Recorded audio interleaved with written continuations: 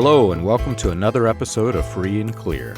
I'm John Collins, the founder of William Branham Historical Research at william-branham.org, and with me I have Naomi Wright, the founder of beEmboldened.com, and we're asking the difficult questions that people have about religious abuse, breaking them down into simple terms, and helping people to become free and clear. Naomi, we've been getting such good feedback on the episodes lately. The questions keep pouring in, and people are really excited about the show. Yeah, it's great. We really do love hearing y'all's questions because, for a couple reasons. First, yes, it continues to give us questions to answer for everyone. It's also just really telling of what is still going on out there, who's saying what. Maybe once in a while there's something we haven't heard, which is helpful from a different splinter group. And so it's educational as well as, again, gives us those questions to answer for everyone, questions that you really want answers to. So please keep them coming. Yeah, for me, I've been away from the sect that we left for almost 10 years. And over that time, you kind of forget what it's like leaving. When you first leave, people will tell you it is the most painful thing that they've ever had to endure in their entire life. And I don't know, I guess I block it from my memory because I remember the pain. I remember how bad it was, but some of the details that people are sending in these questions and comments, that I had totally forgotten that was a real thing for me. It's a real experience. Oh gosh, absolutely. And I would add to that, these groups do continue to morph over time. Like I know mine has pretty drastically. And so hearing updates from different people just kind of keeps me clued in. Because of course we're on the outside now. We don't really have easy access to the inner workings. No one's going to hand that to us unless they're trying to help people. So that's a really huge benefit, I think, too, to keep us in touch with what's going on right now. Right. Even, I want to say like 5 years after leaving, the cult that I left looks nothing like the cult that I left. People are enjoying things that I wasn't allowed to enjoy as a kid. People are going to movies and they've got televisions, and those who don't, they have Netflix on computers and phones. And growing up, we were in a religion that they, forbade this kind of thing. And as a result, people, like my family was one, we would go back and forth between sometimes it's allowed to watch TV, sometimes it's not allowed because, that inwardly people are torn with these weird, strange rules that really have no biblical grounding. Yep. Yeah. And I've seen some go the opposite, where they started out more lenient and they've just gotten more strict. Right. So that's a tough transition. I'd rather be on the flip side. So, pick your poison, I guess. But yeah, it's incredible what happens. And then when we look at groups where they have specific, end times dates that come and go, it's interesting to see what happens there. It's also awful to see what happens there because of how they twist things to make it still all be okay and make it still be them who has the truth. But I've seen some groups go through those too, like some missed dates. And again, the way the doctrine shifts a bit to accommodate it is fascinating. Right. Well, today's episode is one that brings back old memories. It's like so many that we've done. These are questions that I've heard in the support groups for many years, and they're very similar to what we experienced. But we're focusing on the pain of leaving and what happens to you after we leave. So I'll get right into it. Our first question: our family recently left a religious cult and decided to start attending a local church in our city. For a while, we still had contact with some of our friends in the cult, and then suddenly we were ostracized. Apparently, the minister preached a sermon about us, saying that we were being led by Satan, and anyone who contacted us would be risking their souls. Why are they doing this? First of all, this is so painful. this kind of experience to, especially publicly, to publicly get up in front of everyone and bash a family and say just all of these awful things after they have likely poured so much into the ministry. They've likely given all of themselves, financial, time, heart, and soul to this, and they need to go in a different direction, and this is what happens. It's a horrible way for it to be handled. It breaks my heart when people go through this experience. This public shaming is just terrible. Most likely, I would say that the reason this is happening is because they don't want you to influence others in the group to leave. And so there's this need to protect themselves and their interests. And so they're going to publicly say that you are awful, you're sinners, you're not actually the chosen. And it's actually good that you're gone, that they've been able to get rid of you. Kind of that separation of, the wheat from the chaff. It's like, okay, you're now the chaff, so we can get rid of you. And they need to paint it that way in order to maintain the indoctrination they've worked on for so long, or else it could look like maybe you had a point, maybe you had something valid. They can't leave room for that, or they'll start to lose more people. Right. So they have to actually disqualify you. Right. I tell people in the support groups, if you want to know whether or not you are in a cult, watch what happens when somebody leaves on bad terms. The difference is so much. I explain it like this. The difference is like, in a Christian church that is healthy and growing, it's like a well that's overflowing. The water is constantly coming up. If you want to go draw water from the well, go to church, take your buckets, go home filled. Well, in a cult, it's the opposite. It's as though you have a water balloon and somebody's just poked a hole in it because somebody left. And what they're trying to do is keep the water in the balloon. They don't want the rest of everybody to leave. It's that big of a difference. Whenever my family left, we were ostracized. We went through all of this. What's interesting is the only reason why I was ostracized was I asked my grandfather a question about the prophet, and something that I learned later was a very critical question about the religion that we were in. And instantly, I was, threatened on the phone call.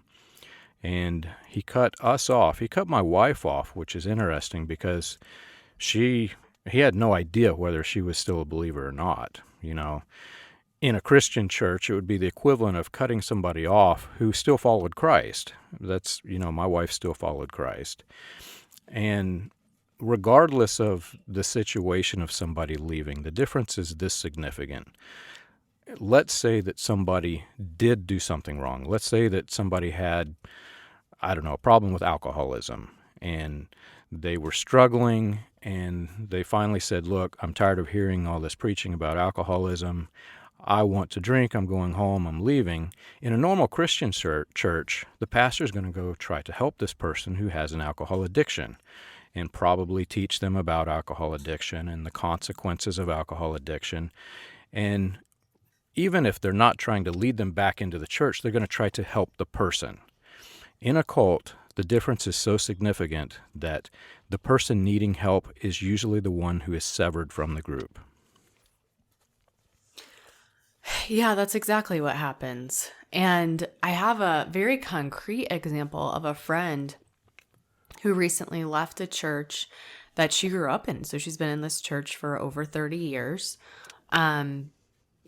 Raised in that church, went away to college and so was gone for a bit, but came back, and they do memberships there. So she was an official member and all of those things, which can, hold a little bit of a higher level of involvement when you say that you're going to become a member. It's kind of this commitment to that specific church, little C church. And so she ended up stepping away because she just felt there were various reasons it didn't seem like it was the place for her anymore. And she went to leadership and spoke to them about it and said, these are some concerns I have about we're just not in agreement. And I think they're significant enough at this point where I do need to walk away, but I love you guys.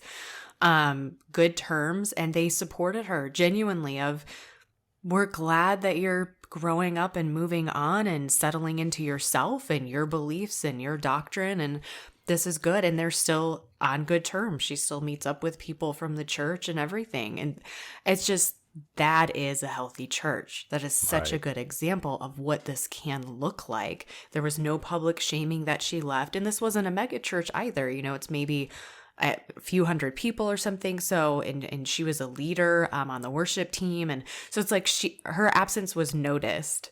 Mm-hmm. And still it was a beautiful send off and the door is open. Right. The pain is so severe that I've noticed that even after escaping the cult and becoming a member of a new church, if the new church isn't a fit and the family, is thinking about leaving, that same fear that's instilled to them of leaving their cult applies to the first, the second, sometimes the third church that they attend until they experience what a healthy church is when you leave. Oh, yeah. And everyone, not every church, mainstream church, is healthy. And that's a really unfortunate truth. I mean, if you think about it, it makes sense. It's people running it and there's unhealthy people out there. And so it's not, any church I go to, I'm going to have a great experience. No, like that's where beEmboldened focuses on education. And John, I mean, this is part of what we talk about here. We want people not to get re-victimized in a mainstream religious abuse scenario. And that's a very real possibility. And I don't want to say that to scare people away from investigating their faith and determining what their worldview is going to be, what their belief system is going to be, and checking things out. But it's just having a caution of, no, these churches aren't cults, but there can be some cultish attributes. And so we want to become more aware of what those are. So we recognize them quickly, we safeguard ourselves, and we don't get involved. Right. Next question.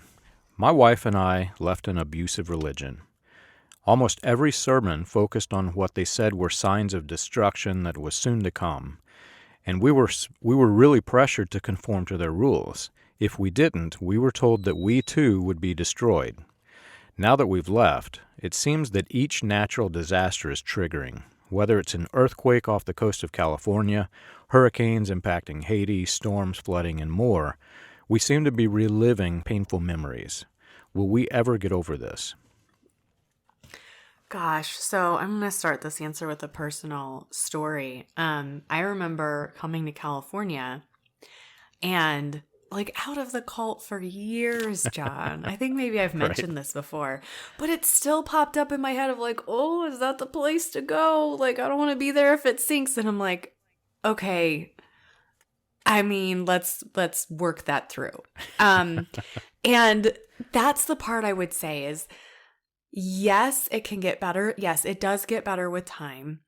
I would say for most people, it does take active mental and emotional work, though, to de-trigger these things. It tends not to just automatically happen because they can be so deep in our brains and our wiring in our brains, and that there's just such a strong attachment that even years later, for me, it could just kind of pop back up out of nowhere.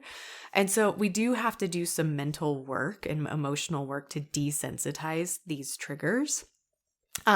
For me, because I had been so many years out and I had done so much of that work, it was really quick to debunk it, but it's just crazy how it's still there. It still comes up. And part of it is just reminding ourselves that we're safe. Self-talk might sound crazy, but it's actually very helpful. So, and you don't necessarily have to say it aloud. I mean, if you're in front of other people, maybe don't. That's up to you and your comfort level. But even just saying in your own mind, I am safe right now. I am safe in my body. I am safe with the people I'm around. This is not the same. This is not what they told me. This situation is different. And here's why. I know that earthquakes happen. They've been happening forever. So how is this one different than those ones? So we have to go through that intellectual side. I would encourage you to have some calming techniques in place, though, for yourself to go along with that, because our bodies just react. So even mentally, as you're going through, okay, there's always been earthquakes since forever. There's, been floodings, there's been storms. None of those triggered the end times. And so none of that triggered the end of the world in that moment. And so, okay, I know this stuff just happens. And it is sad. and people do get harmed, and that's important, and yet it doesn't mean what my cult said it meant. So as you're working all that through, the body's still responding. You're likely holding tension, you're likely really tense, you're likely having an elevated heart rate, and all of these sorts of things. You're feeling anxious, you're feeling scared. So different techniques that are going to help you, one, stay in your body so you don't dissociate if that's something that you struggle with. I know I did.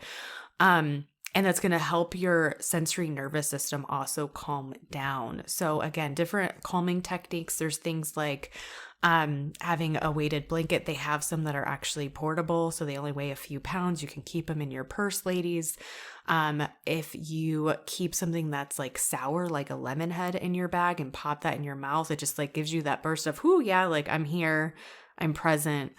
Go and get yourself a nice hot beverage that you can hold. For me, it's like, there's like those good mugs, where they just feel, I'm saying this to you, John, I don't know if you agree with me, but there's some mugs that just feel nice to hold. Are you with me on this? I love my Yeti. It is so nice to hold. So whatever it is for you, and I know some of what I'm saying, maybe a woman resonates with more, but definitely like men too. Like sometimes it's emotion, like kind of rocking back and forth. You need to get up and pace. You need to move, whatever that looks like for you. I love a swinging motion, so I have a glider, and that's very calming for me. So certain Power music. tools. Men like power tools. There you go. What about music though, John? Like there's got to be like certain music, that's like really like, okay, like I'm calm. This is helpful. Yeah. So I wanted to bring that into the conversation because a lot of this is we're telling ourselves the truth. We're doing this self-talk and reminding ourselves what's real. But our bodies still hold that tension. There's this incredible book called The Body Tells the Score. It is phenomenal. It is one of the most triggering books I've ever read in my life because it's so accurate and so perfectly captured my experience of my body responding to the trauma, even when mentally I didn't feel like I was anymore. I didn't think I was anymore, how my body was responding to it and how that happens, like the connection with the brain and the body. It's really fascinating. If you're in a place where you can take it, a few pages at a time, it's super, super helpful. But again, you might want to have some of those calming techniques with you when you actually read it, because it's probably really going to speak to you. You're going to feel like this man was in your head when he wrote it. Right. This question is describing a doomsday cult. There are different types of cults. There are healthy cults, believe it or not, groups of people who are gathered together for a healthy cause. There are destructive cults, groups of, very, very extremely unhealthy groups of people. A doomsday cult is a level above the destructive cult. It is a destructive cult that has a focus of doom, destruction, fear. And back to the water balloon example, the Band-Aid that they put in the hole is fear. Fear of destruction, fear of doom. You're going to be doomed with them if you don't stay in this water balloon and stay with the rest of the water in the balloon. The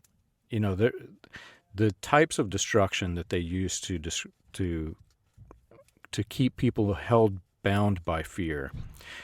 As a historian, if you go back through time and just look at the different types of examples they use, they're examples that repeat every, 5 years, 10 years. The California example, I remember the very first time that I had to fly to California on business. When I stepped off of that plane, just the act of my feet touching the ground, I felt that same exact feeling that I had the first time that I was on the top of that hill for the roller coaster, and that sudden gush of whatever it is in my stomach. I was gut punched whenever I stepped in California, because that was one of the doomsday prophecies. The prophet for the cult that we escaped said that before his son was an old man, his son's, 80, 90 years old right now. Before he's an old man, California, specifically Los Angeles, is going to sink beneath the ocean. I was landing in Los Angeles, right? So I'm mortified. And that fear stayed with me most of the time I was there, because I was very indoctrinated to believe this. But after escaping the group, after researching and pouring, I don't know how many hours of research into just doomsday, it's funny because California has had earthquakes as long as there has been newspapers to report California having earthquakes. And all of the political turmoil that they use to capitalize this type of fear, end of days destruction, world wars, etc., this has been going on since the dawn of time. I mean, even go back into the ancient days. You've got nations rising up against nations for as long as mankind has existed. But they try to say that it's getting worse now. What was interesting for me specifically was one of the arguments that I heard continually growing up is that mankind themselves are getting worse. You're scared to take your kids out onto the streets. You're scared to let them play on the streets because there's so many evil people in your city. Well, just, 1915, I'm reading through newspapers of murderers who are snatching kids out of the city that I live in and who are abducting children, murdering them, and leaving their bodies on the streets. The difference is, in today's world, it's more reported because we have access to media everywhere. In the days of yesteryear, you really only had the newspaper and later on the radio, but the same evil has existed also since the dawn of time. So for me, the way to conquer this fear is to just put it into proper perspective. What is it they're trying to sell in terms of fear? And is it a valid fear? There are some valid fears. There are, if you're going to, right now, Ukraine is the center of the world attention. If you're going into Ukraine right now, that is a real fear. Stay away from Ukraine while this political turmoil is going on. Is this political turmoil the end of the world?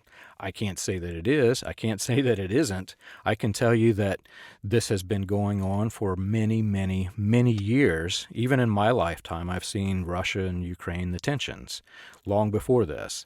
So you have to put it into perspective. What is it they're trying to sell you? But more than that, specifically, why are they trying to sell it to you? If this is a church who is supposed to be a Christian church, are they giving you the answer, and are they focusing on the answer, or are they giving you the consequence and focusing on the consequence? A doomsday cult will focus on the consequence and not the answer. Oh, yeah, I love those examples too. I was just thinking through, feeling that fear that I was raised with. Everything was terrifying. Everything was terrifying. And some things were fair, like my dad was terrifying. That was fair. That was valid. He was a scary man. But good heavens, yeah, everything was. A girl wearing pants was terrifying. Mm-hmm. I mean, everything was so bad. And because of that, I was afraid to do anything. I remember being 20 and still being I need to ask my dad for permission to do something because I just need to know that he thinks I'll be safe while I do it. Right. It wasn't really we had a very magical 18-year birthday in our household. When we were 18, we really got to do what we wanted, which is really interesting in my group, but I was able to do that. And so it was at least that way for my family. I don't know if it's spread through the whole group, but my dad, it was kind of okay, no, I'm not responsible for you anymore. So go do what you're going to do. And we did, but I was just afraid I wanted to know that he was saying I was going to be okay. So it was less about permission and more about, I'm not going to die, right? If I travel, right. I studied abroad in Australia for 6 months. Do you think the world's going to end while I'm there? Do you think I'm safe to go there? So it creates this dependence. Right.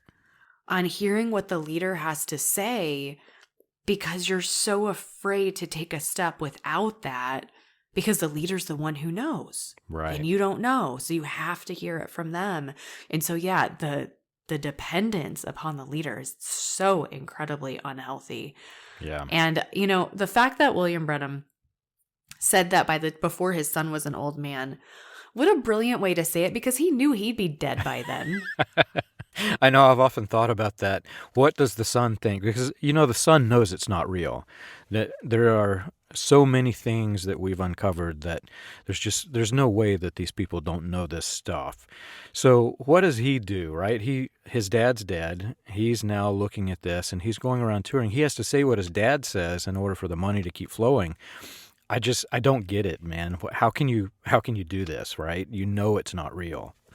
Yeah. Daddy wasn't worried about his son. He's just, hey, got to keep my butt covered till I'm gone and then just leave the mess to everybody else. Yeah. Gosh. All right, next question. I was born and raised in a cult, and I'm only one of several family members who are still in it. It has really changed our relationship from happy and cheerful to almost unbearable. Each time I'm around them, they're very insulting to me about my unbelief and my changes in lifestyle. If something bad happens to one of them, no matter what it is, they say it is because I am sinning. I want my family back, the family that used to love me. I'll never go back to that religion, but I still want them back. What do I do? Gosh, there's several angles to take this answer from.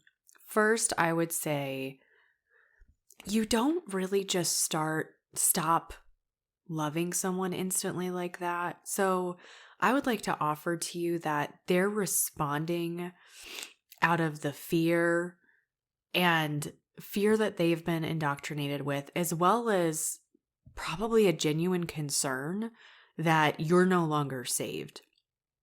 And so the way people in groups like that get you to come back is they beat you into it. They don't love you into it. And so I would offer a reframing that as awful and as unacceptable, this is not okay as their behavior is. It's not necessarily indicative of them not loving you anymore and them not caring for you anymore. So I just wanted to start there. And again, it doesn't make it okay, but I think it could be an important clarification. Again, just the way us humans work, we don't just suddenly not love our kids anymore. Instead, we're really concerned and upset. And so we just try to bully them back in. I'm not saying we do that. I don't do that. John, I'm sure you don't do that. But in these unhealthy groups, we do that. Mm-hmm. That's what we've been taught to do. So as far as what you should do, you might need some space for a while. My first concern in this question is the person who's asking it. Are you safe? Are you okay? Are you getting what you need? It doesn't sound like you are. And so I want to make sure that you do. And it's possible that some space for a period of time will give you the opportunity to move further along in your own healing journey, spiritual, emotional, psychological, physical healing, if there's been physical abuse that's gone on. So as a total person, it may be of service to you to have a gap. So I just want to offer that. It may be something where you're like, absolutely not. That's the last thing I want to do. I totally respect that. But it's a concern I would have if I were your therapist.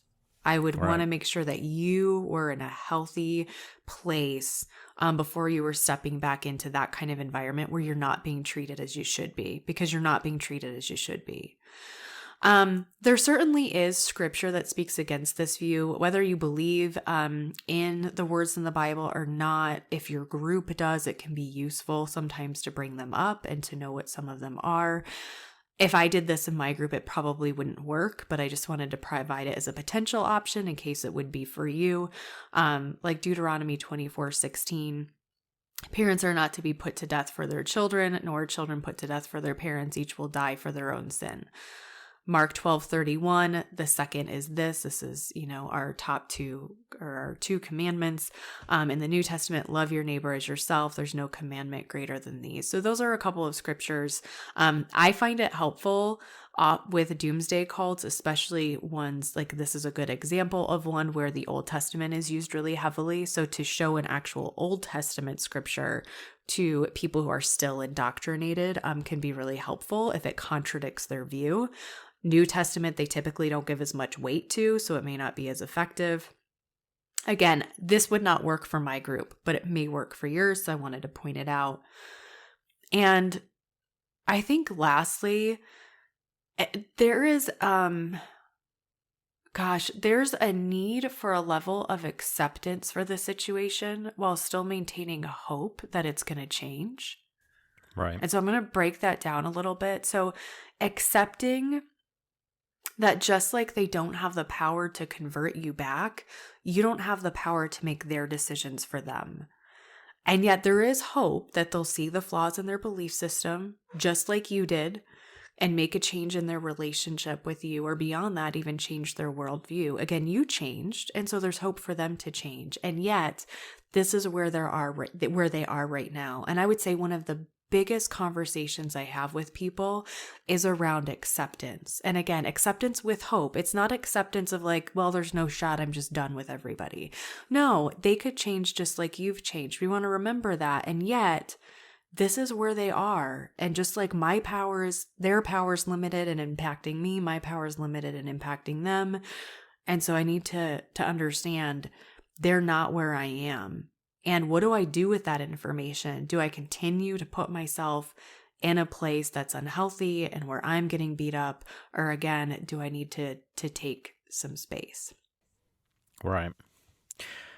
Whenever I used to get this type of question into the support groups, I first wanted to assure everybody that everything's going to be okay, everything is going to work out in the end, because it's human nature to try to console and try to give hope. I've learned over time to be more realistic, because not in all cases is there the same type of hope. There is always hope, but there's not always the same type. And I've learned to be very blunt and to the point. There may be situations where your family members put the cult above the relationship. It is very common. There are also many examples where that is not the case, and it really comes down to this one underlying question. Was the relationship with your family rooted in family, or was it rooted in cult? If the number one priority of the cult is the internal structure of the cult, then anybody who opposes that structure, they're programmed to sever. And that's the way a destructive cult works. Like back to the water balloon example, whatever's causing the water to come out, they cut it off and they contain the rest of the water there. That's what they're programmed to do. That doesn't mean that the family would do that under natural circumstances. Naturally, there's the mother's love, there's the father's love, and in a normal situation where a family is not raised in a cult, they would do everything within their power to mend the relationship. Versus in a cult, they will do everything in their power to sever what is potential for the implosion of the cult. So not in every case does it work out. I have seen many cases, however, where families were very close and they just put aside their differences. They realize that this person is no longer, quote unquote, one of them, considering the cult as the them instead of Christianity as the them, but they still, work through the issues. I have very close friends who one family member, the father is still a member of the cult, the mother and some of the siblings are no longer a member of the cult, and they still have a very healthy family. I have also friends and loved ones who may never have a relationship back again ever, because their family was so indoctrinated and stands so much to lose that there's no way that they're going to bring the family together unless something significant changes in their lives. And again, there is always that hope that something could change, but I try to be very realistic. You have to, like you said, you have to work on yourself. Don't try to work on them. You may have to adjust. You may have to adjust in a way that is with them. You may also have to adjust in a way that is without them for a period of time, but you have to adjust. And that's why grief and loss is such an important topic related to exiting a cult or any religiously abusive group, whether it meets cult criteria or not, because losses are taken. And there's a very real grieving of that. And when people classically think of grief, they think of, someone has died. It's a different kind of grief when the people are still alive, because you still have that potential access to them, but yet you don't have access to them. So it's like they're there, but they're just out of reach for one reason or another. And that makes this a more complicated form of grief. And so Right. If you are going through this, I would highly encourage you to seek out grief support. That may not be the first thing that you would think of, but that you are grieving losses of family, friends, community, worldview, your belief system. You may have lost your job. There's all kinds of losses. You lost what you thought your future was going to look like. The loss of what your future plans were from what you had known. And while there can be a lot of excitement at times as you go through that healing process, you'll start to have more, hopefully, emotions of kind of anticipation of the possibilities of what your life could be now that you're not in this group anymore. The grief has to be tended to first, and then simultaneously as it's starting to transition, and it's still going to pop back up at times. Grief is sneaky like that. It's not a linear process, and it could be 10 years down the road, and all of a sudden, gosh, you're just having a rough few days again. So consider grief support, you guys, if this is something you're going through.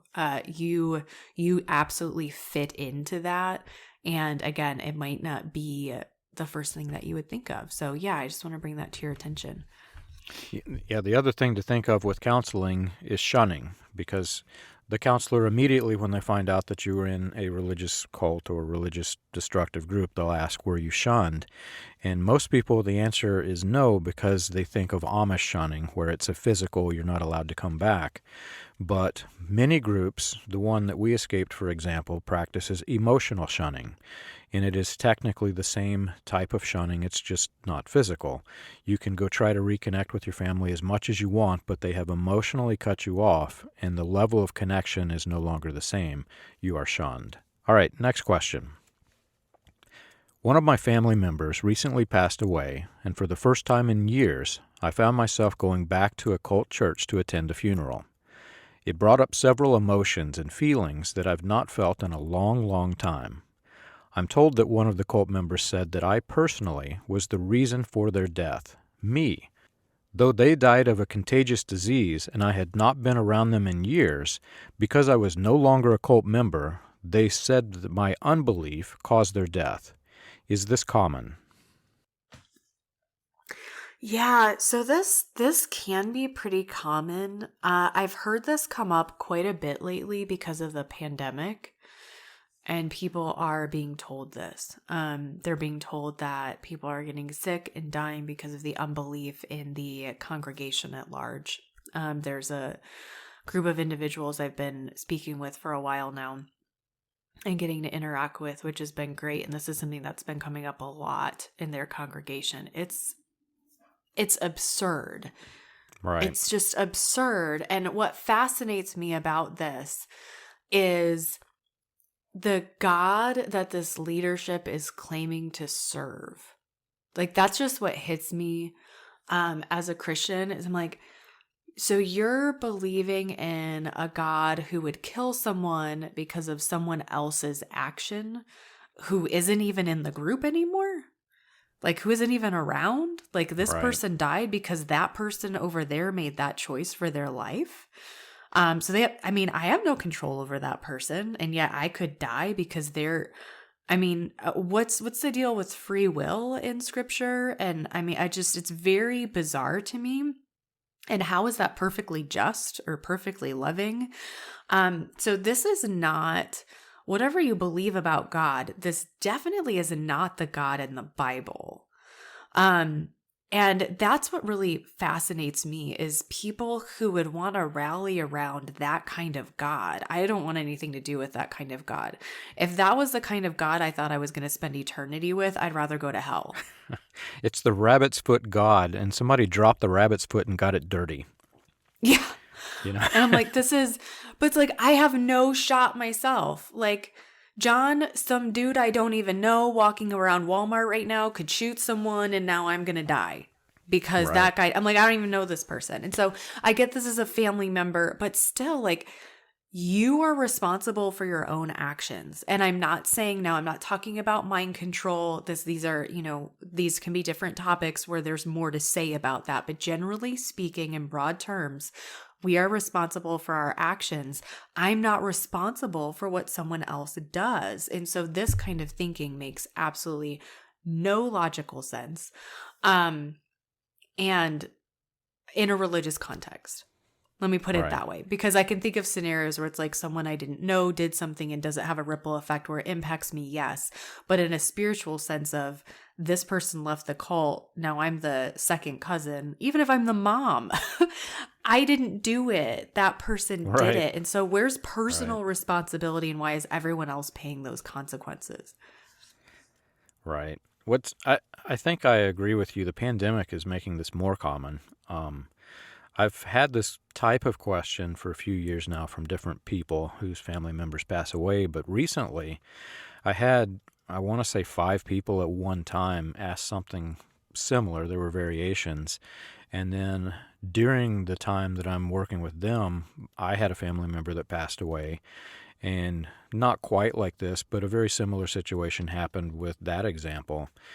People, when they're in a cult, they're trying to reconcile what is happening that defies what the leader is selling.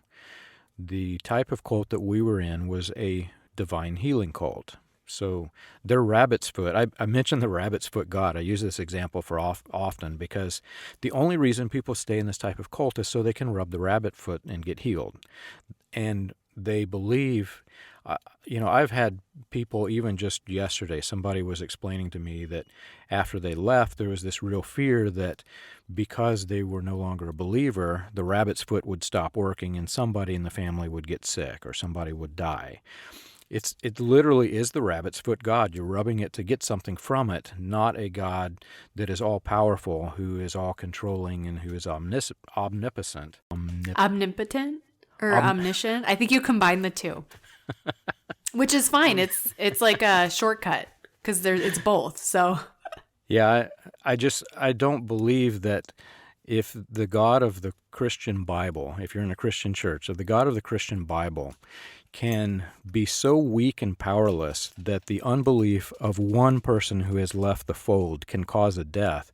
And in fact, any of the other religions, if they were to encounter this type of saying, they would instantly say, well, why don't you join our religion? Our religion doesn't have this weaker God. You know what I mean? So I'm with you. This just is completely absurd. Yeah, and I was just thinking as you started to talk, so I'm processing this for the first time, guys. So bear with me, and maybe we need to throw this out because maybe it doesn't follow. But with the pandemic, now I don't know this for certain, but just knowing doomsday cults and knowing this one fairly well, John, let me know if you disagree, but the pandemic is likely an indicator that it's getting real out there. The world is ending, the pandemic is is a part of that, and millions have died tragically, and it's being spun into, what they need it to mean. They need this to mean, y'all better shape up. You better give more money. You better make sure you're tithing properly. And you better be sure that you're listening to us and that you're holding on tight to every word that we say, because otherwise, you're going to get impacted. But those who are here, those who are following me, they're going to be safe. So the pandemic is kind of, one of those things, just like world wars and all this stuff that we've lived through. Depression, I'm sure, was used at that time. Like any of these leaders, they use this stuff that goes on in the world to add fire to their message of it's coming soon. It's happening now. You better get right with God, quote unquote, but really it's get right with me and do what I say. So when you're teaching that from the pulpit, but then some of your longtime followers who everyone knows, like everyone thinks they're so good and they've been such, loyal followers of this group, they die of that same disease. You got to do something with that, man. Like you got to reconcile that or you're going to have dissension. And you can't have that. And so what do? You blame it on everybody else. Because you can't really blame it on that person because it's not going to go over well. People are grieving. They're feeling love for that person. They're feeling the loss. It's just they're not going to accept it super well that, well, that person was a hidden sinner and that's why. It's just not going to go over. And so you blame it on everyone else. And then the added bonus is that then they all hold on tighter. They all get clingier.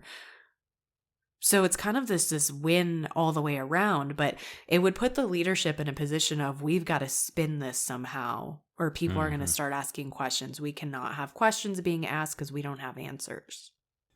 Yeah. That's my hypothesis. In not every case is the leadership using examples such as the pandemic as a tool for corralling the people, but they're programmed to do this. So it happens whether or not their intentions are to do this or not. Again, this is a doomsday cult that we're describing, and in a doomsday cult, there has to be a climactic event, and that climactic event has to somehow fit into what the quote-unquote prophet or central figure described would be the climax. The reason why you are a member of this group is because of the climax. Otherwise, why not just join any other church out there? You have to believe that there is this climax coming, and if you stay with this group, you will be safe during the climax. That's how a destructive cult works, and that's how a doomsday cult works. So the pandemic is just one example. It in no way, shape, or form matches the cult that I escaped from, their theology of what the end of days would look like. There was no global pandemic in their end of days theology, but I'm listening to example after example of ministers who unknowingly or knowingly, one of the two, is integrating the pandemic into the end of days theology. Whether they know that they're doing it or not is irrelevant. They are doing it, and people are being held captive by fear. They're in this water balloon, and the pastors are telling them that if something doesn't happen very soon, you're going to fall out of this balloon and you'll die with the rest of the people. They're trying to keep the people in there, and they're programmed to do so. I try to remember to give this disclaimer, and I tend to forget because in my mind, I automatically insert it. So I'm glad you brought this up about it not always being intentional. I stand by that in pretty much every answer I give about cults. It's not always intentional. There are groups out there where it's very calculated and it's intentional. And good heavens, when I look at the research you've done, John, I can't say none of that was intentional. So there's definitely things that are intentional. But that doesn't carry over to everyone. So if I'm going to explain this to someone, think of anyone who's raised a child. So I know I'm excluding people out there, but as a mom of a little guy, this is just kind of where my head goes these days. But I remember the first time he lied when he was like 2. Or 2.5. And it was just, he got caught doing something. And so it's not like he doesn't even have the intellectual ability as a 2-year-old to calculate out, I'm going to say this to mama because I know that this is what's going to happen if I don't. And then, so if I lie, this will, like, he's not sitting there thinking through, here are my options. Here are the likely consequences for each. And so I'm going to make this decision. Like, it's just this knee-jerk reaction, automatic, I have to respond. Right. So I think this plays out for us as adults. Like, think if you were at work and all of a sudden you're in your review and something gets brought up and you're like, I wasn't expecting that. And there's just like, we have a higher level of thought. Hopefully we have a higher level of maturity than a 2-year-old. And so we might process that through differently, but there's still this innate response of, okay, we gotta cover ourselves, or this needs to fit. This needs to make sense to me. And I think we do that. I mean, gosh, I did that when my dad died. He was the prophet who wasn't supposed to be able to die. So I rationalized why he died based on dreams he had had beforehand. It's like our brains are wanting to maintain what our whole lives have been built around. And so we're trying to salvage that somehow. Right. So again, and even that isn't the thought, I need to salvage that somehow. I never thought that. I just did it. And so we do these things. And self-awareness is huge. Intentionality is huge. Slowing down and considering, that's something else I do as a parent. Why can't he eat dessert before dinner? As long as he still eats his dinner, does it matter? Right. And so just thinking through these things and be like, well, maybe it's because he'll be too full and he won't actually eat his dinner. Okay, that's a valid point. But we just do this stuff and we don't necessarily know why we do it. Right. And so to use some more lighthearted examples, this is oftentimes what's going on with leadership of these groups is they're just doing it out of what they know, and they're not really taking the time and being self-aware to ask those questions because they certainly have not been taught to do that. They've been taught the opposite. You just do. You don't question, you don't think, you certainly don't critically think, you don't wonder, you don't dream, you don't do any of those things. You just do, and you keep it running. You keep the system running. So yes, unlikely that there's that much forethought going into these scenarios. Right. And the child example is very good because I'm no psychologist, but from what I've read of psychology, people in these types of destructive cult groups, they enter into this weird parent-child relationship with the cult leader. The cult leader is very verbally, emotionally, sometimes physically abusive, and they're just constantly just beating them into submission. And the people who are being beaten enter into this abusive child relationship with the central figure. And mentally, some of the things that they do and say even somewhat mimic that of how a child would react to that situation. So it's very fitting. It's fascinating and more than I'm qualified to explain, but I find the whole thing just extremely interesting. Something to add to that is people who are raised in these kinds of doomsday, highly authoritative, controlling situations, these groups, there isn't a focus on like EQ, like your emotional, your emotional maturing. Right. You're not taught these things. You're likely not even taught a lot of basic skills like, how to make a budget and how to use a bank account and write checks. You're probably not even, unless you're in some sort of home course or something where those things are covered, like you probably aren't taught a lot of these basics of functioning outside of the group when you're in mainstream society.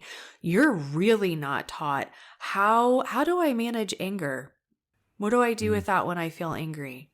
Right. How do I express those emotions in a healthy way that's not harmful to myself or others? What do I do when what is self-awareness? Good heavens. Like seriously, coming out of a group like that, good heavens, what does that mean? Right. We're not taught these things. So oftentimes we find ourselves as adults exiting the group, and when it comes to that kind of personal insight and that kind of self-awareness and that kind of, higher ability to process emotions and know what to do with them and express them in a healthy way, we're not super beyond my child. Right. And I do not say that as a stab at anyone. We have all been through this, or most of us in situations like this have this to some degree. We have this struggle, and it's because we were just told to stop it and fall in line. And so we don't know how to express ourselves. And that can really be a barrier for us as we start to exit groups and we start to figure out how to function in the real world. And I've noticed that a lot lately. It's really been coming to my attention, just as a repeated theme that's coming up with people I'm talking with. And they're so capable of learning, and they want to, and they're investigating, and they're asking themselves, and they want this. They like have such a hunger for it, and it's incredible. And so they're going to get there. They're going to get where they want to go because they want to, and they're figuring it out. And so it's really exciting. It's an incredible journey to walk with someone. But for any of you who has stepped out and you're like, good heavens, I don't feel like I have the tools that I need for this world out here. You don't, and it's because they didn't bother to teach you. They were just trying to get to the rapture or whatever it is that they think is going to happen.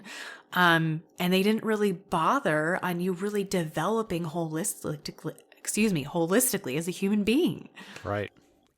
Yeah, and I think I'll qualify that a bit for people who are either newly escaped from a cult or who are still in it and are listening to the show. This was a surprise for me that church in the real world, in the non-cult world, church is a community. It's a community of people. They're gathering together around a common purpose, Jesus Christ, etc. But it's more than that. It is a community where they help each other. And One of the churches that we attended post-cult, they had classes like this where they would teach you, I can't remember the exact classes, but it might have been financial planning. I know some of them were how to deal with issues, anger, etc. This would have been seen as blasphemy in a doomsday cult. Why is this thing not about Jesus Christ? It wasn't even the sermon. It was an after church activity and people were gathering, but we would have seen this as the church is being invaded by evil forces because they're helping people. And that's not the way it works. It is supposed to be a community. All right, last question. We recently escaped a very abusive church that believed in the pre-tribulation rapture theology and started attending another church. Our new church does not teach the rapture, and I'm not certain whether I still believe it like they taught. One of the things the pastor said was that God was continually postponing the rapture because we were not holy enough. Is this scriptural? No. We're done. Okay, you guys. So I'm not going to tell you what end time view is correct because I don't know. There's wiggle room within Christianity, for where you land, your theological position on this. So, and actually, even depending, there's 4 to 6 different end time views. Right. More classically, there's 4, but I've also seen it broken down as 6. So we don't know which one is correct. In my personal opinion, the rapture has very little evidence going for it. And it is a later theological position in the church at large. So it came up way more recently than the others. And there just doesn't seem to be as much backing for it. You could totally disagree with me and we would still have dinner. It doesn't matter. And it's not an essential thing that to agree on even in Christianity. So that's just my opinion. But I don't even think that's the main point in this question. I just wanted to throw that out there for people. So the rapture in general is an unanswerable question for certain to begin with. So I think that's important to note. Then to keep saying that it's getting pushed out because of a lack of holiness, we're never in Christianity, we're not going to be holy enough. And that's why there's Jesus.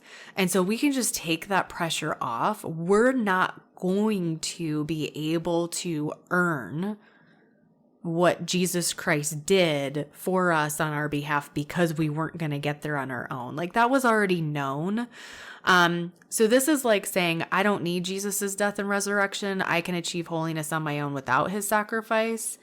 Like that's the effort that's being made here in this statement that, the rapture keeps getting pushed out because you're not holy enough. It's like, well, a doomsday cult could definitely say that, but they couldn't claim any form of Christianity because they've eliminated Jesus Christ. So, call yourselves what you are anyway and just get rid of that.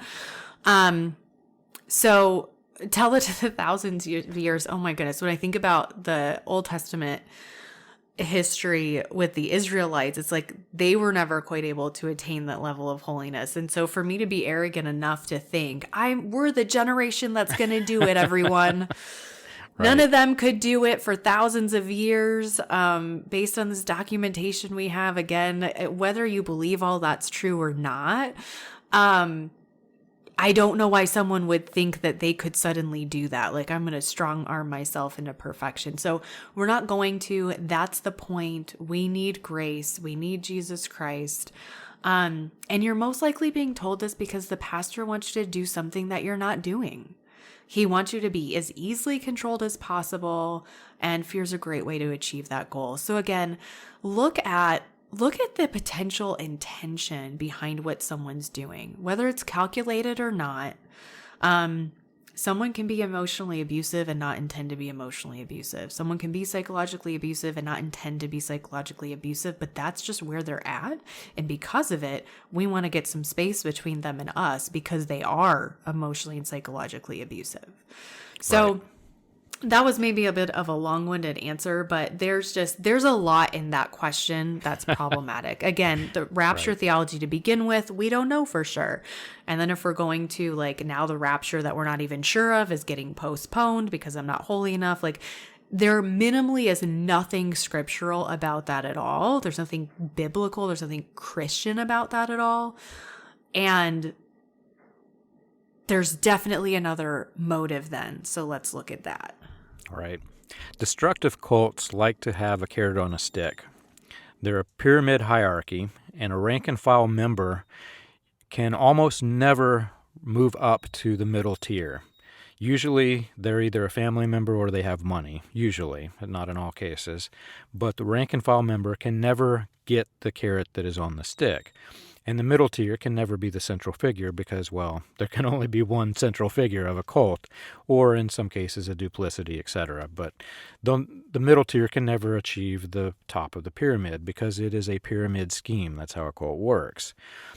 What they do is they take theologies and they position them as absolutes. You absolutely must believe our version of the rapture, and if you believe our version of the rapture, then our version is the version that saves you. And if you're not holy enough, then there's something wrong with our timeline, so let's push the rapture back. That's essentially what's going on here. What's interesting to me is whenever I left the cult that we escaped, we entered into a church where there were multiple elders. It was not a pyramid. There was not even one single pastor. There were a multiplicity of pastors. And each of them held a different view on the end of days, the rapture theology, eschatology. And I was shocked at this because I was like, I was trained to believe that you have to believe it exactly as the church says or you're out. We're going to cut you off. And I was sitting listening to these guys, and they were openly debating on trying to, push their idea on the other one, but they did it in a friendly way. Like they knew they were not going to convince the other guy to conform. They weren't even trying to make him conform, but they were just poking fun at him. And for me, that was blasphemy. You don't poke fun about a doctrine, right? And I went into this deep study on rapture theology. I was fully shocked whenever I learned that it was only a few hundred years old, 200 I think it was. And the early church had no, like the Apostle Paul says, we who are alive and remain. He did not even know the timeline. And the earliest, what was his name? Eusebius, the father of church history. He took a position that the end of days theology, Armageddon and everything, was not in our future. He went through the book of Revelation and walked you through this happened in AD 70 in Rome. This happened right after AD 70 in Rome. So he didn't believe it in the way that just, I don't know, it's like 50 years later, another great founder of father of the Christian religion took a different position, and they all just kind of go back and forth because, well, to be frank, there is no explicit instructions of how the end of days is going to come according to the Bible. So you have to add your own interpretations and your own understanding, and in doing so, you make all these branches that really have no absolutes. So as I'm trying to wrap my brain around this, having been taught that you must have an absolute doctrine or you are unfaithful, I'm learning that that's not really the case. There is black and white, but there are also a whole lot of grays, and the grays are the ones that don't matter. Because if it were black and white, if it mattered, it would be explicit. So for me to learn that rapture theology didn't matter, I was just completely shocked. I can't believe this. This was fundamentally core to a doomsday cult that I was in. And I went on this journey because now I'm free to explore, right? So I entertained the idea of one of the four major views on the rapture, on the end of days theology. And I entertained the idea, and it looked correct. So I thought, well, maybe this is what I am. So then I started looking at a different one, and sure enough, there were so many scriptures that applied to the second view, and I tried the third, and I tried the fourth, and where I ended up was this. No man's going to know, and it doesn't really matter, and I don't have to live in fear that this thing is coming. I have a very close family member who the rapture theology literally crippled with fear. Every day when she was told to get onto the bus for school, she would cry, run home, run to her mother's arms, grab her leg, literally fought daily because she was scared she would be in school and the rapture would come and she would be separated from her mother. That's how harmful this doctrine is to children in these types of religions. If you're pushing this doctrine and you're using it for fear, your children will be, for life, they will be impacted by this fear that you're teaching them. It is absolutely horrific. Oh my gosh, that's so sad. That poor little girl to go through that. Good grief. And yes, I mean, we don't release video, at least as of now. Excuse me. But I'm just nodding and like, yes, no.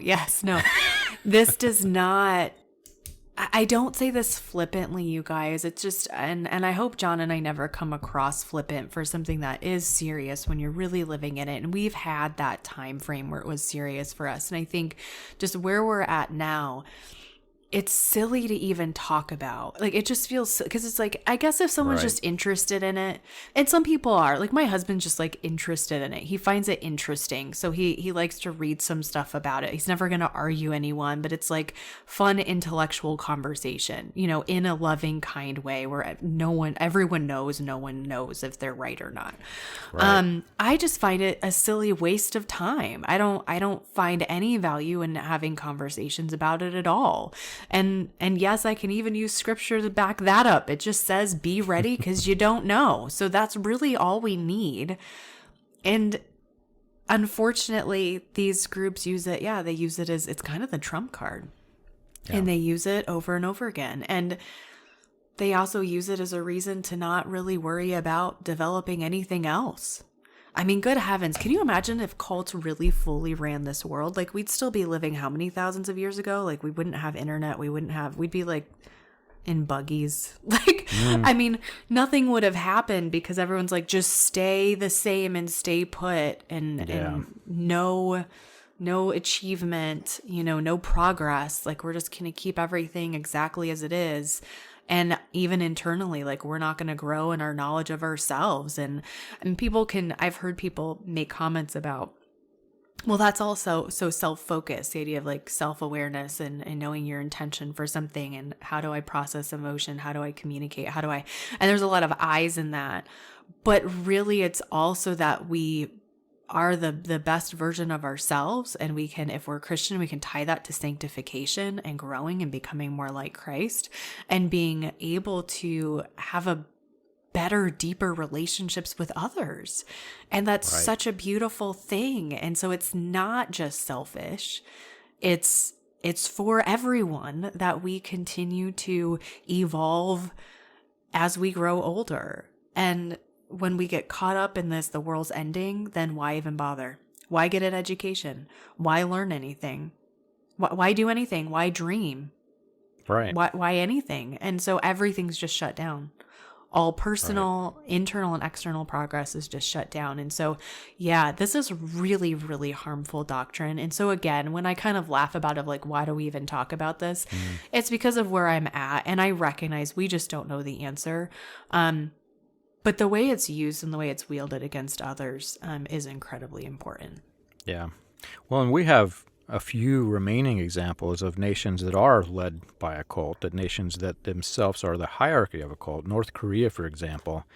And it's interesting because even cult members will make fun of the North Korean leadership as Rocket Man. They give them the Trump label, etc. But they realize that something's really wrong with this hierarchy.